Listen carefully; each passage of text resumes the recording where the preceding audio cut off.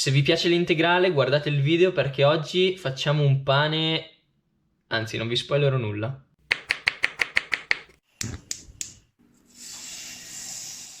Gli ingredienti di cui abbiamo bisogno per fare il nostro pane integrale: farina di tipo 2, 90%, 10% di farina integrale, quindi calcolate il peso della pagnotta che volete, nel mio caso è 400, il 90% di 400 grammi è di tipo 2, quindi per me 360 grammi, e il 10%, ovvero i rimanenti 40 grammi, sono di farina integrale. Farina integrale 100% integrale.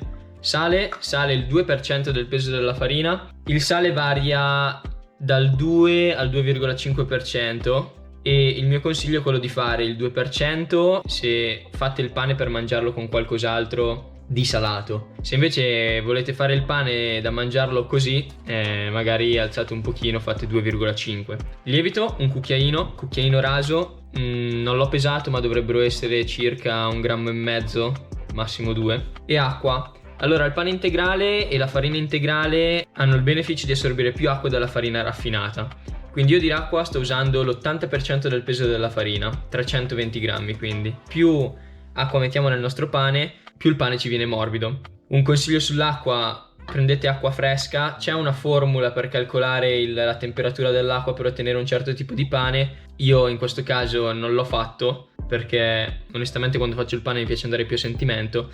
Ma se la volete, scrivetemelo nei commenti che ve la metto. In ogni caso, acqua fresca, 80% d'acqua. Come la inseriamo ve lo dico durante. E iniziamo. Partiamo dalla farina. Aggiungiamo l'acqua la aggiungiamo in 3 gettate e l'ultima parte la aggiungiamo pianino pianino. Ah, stavo dimenticando. Prima mescoliamo le farine. Lievito. Ottimo. Acqua. Il nostro obiettivo adesso non è quello di creare una vera e propria pagnotta. Il nostro obiettivo adesso è quello di creare una specie di zucca. Ok, seconda gettata d'acqua. Le gettate le fate ogni qualvolta vedete che non c'è più acqua da assorbire. Il sale lo aggiungiamo verso la fine. Ancora acqua. Ok, a me nel bicchiere rimangono proprio, non so se riuscite a vederlo, ma è proprio un sorso d'acqua, 2 dita neanche. E quelle lì le aggiungiamo pianino pianino. Le aggiungiamo piano piano perché altrimenti, una volta che abbiamo formato qui la nostra palla, se la aggiungiamo tutta ad un colpo e ne aggiungiamo troppa, si smonta la maglia glutinica e non va bene. Non va bene perché la maglia glutinica è fatta apposta per trattenere l'aria. Se si smonta roviniamo tutto il lavoro che abbiamo fatto fino adesso. Ok, acqua.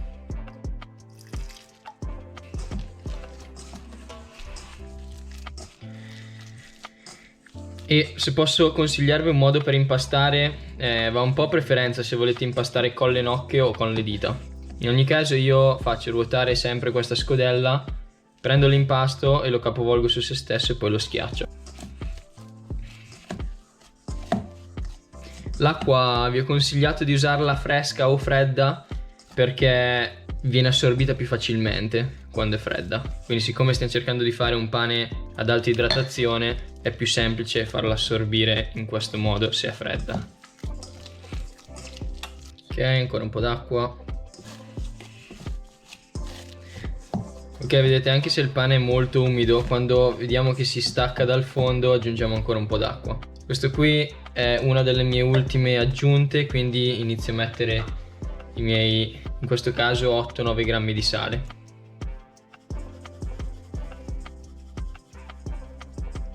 Ok, il sale lo mettiamo alla fine perché in questo modo abbiamo dato tempo al lievito di iniziare a cibarsi del glutine contenuto nella farina. Ok, il mio si stacca dal fondo, aggiungo ancora un pochino. E qui più andate avanti ad aggiungerla, più deve essere poca. Quindi anche se avevamo 2 dita d'acqua, ci mette più tempo ad assorbire quelle 2 dita d'acqua lì che le 3 gettate iniziali. E quando... anzi no, devo resistere. Ve lo dico più tardi qual è l'obiettivo finale di questo pane. Ok, il mio si stacca. Vedete che è molto umido e la maglia glutinica non si è ancora formata. Il fatto dell'integrale è che ci mette di più. Ci mettiamo di più a estrarre il glutine, quindi bisogna un po' pazientare, e anche se è umido continuiamo ad aggiungere la nostra acqua. Questa qui è una lavorazione un po' lunga, però vi assicuro che c'è poi il risultato, la merita tutta, diciamo.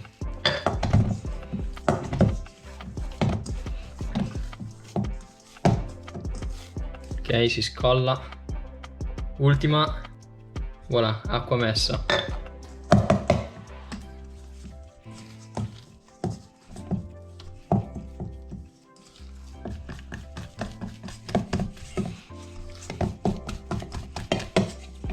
Se è così appiccicoso non aggiungete farina, vi raccomando. Le dosi sono quelle, non uscite dalle dosi perché altrimenti il risultato non è lo stesso. Cambiamo la formula e è diverso, un po' come in matematica, insomma. Quindi, come vedete, anche se è così liquido, in generale più siete violenti, più, vedete, se lo facciamo pianissimo ci si rompe. Però se siamo un po' violenti riusciamo a trattarlo.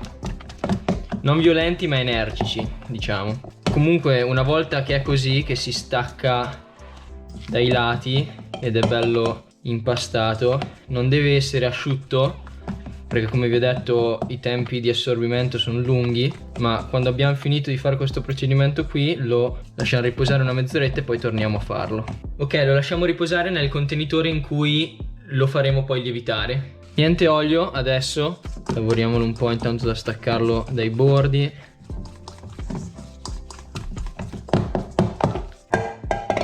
Ok, perfetto, raccogliamo gli ultimi residui, cerchiamo di levarcelo dalle mani. Buono. Se avete voglia e tempo, ovviamente lavoratelo ancora. Io da quando ho iniziato a impastare sono passati 15 minuti e per me onestamente è già abbastanza.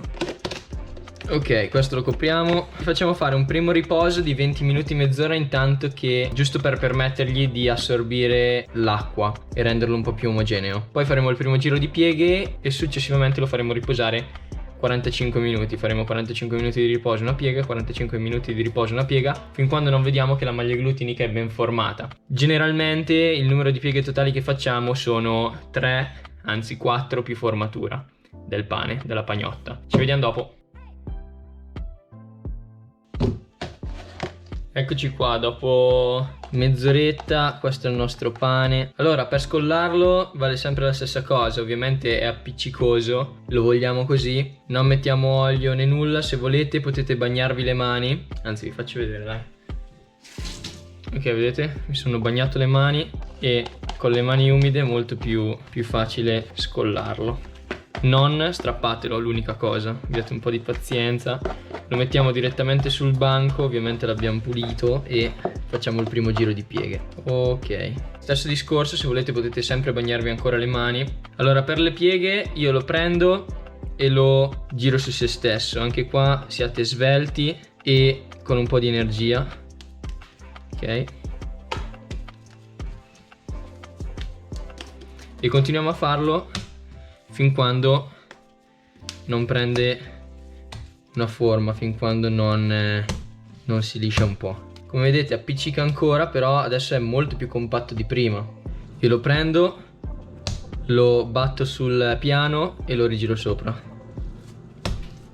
Ok, dopo aver fatto, io ne avrò fatto una decina, fin quando vedete che non raggiunge una buona consistenza. Poi lo arrotoliamo in modo da cercare di chiuderlo un pochino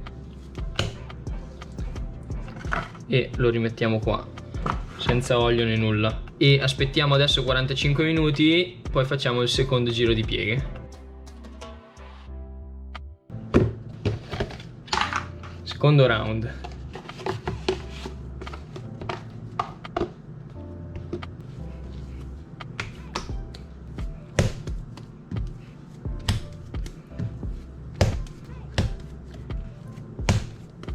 Vedete anche voi che adesso l'impasto è molto più liscio, più compatto, è comunque umido perché quello è il risultato che vogliamo, però vedete anche voi che appiccica meno, è morbidissimo. Ok, secondo giro fatto, timer altri 45 minuti e ci rivediamo qua.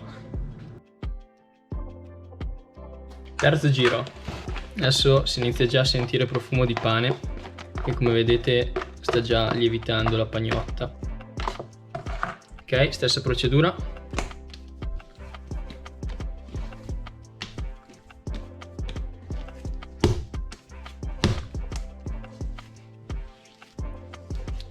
Perfetto.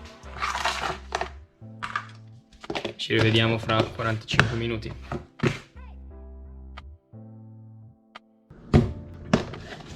Penultimo giro di pieghe. Dicono che non sono puntuale, ma dovrebbero vedermi fare il pane, fide.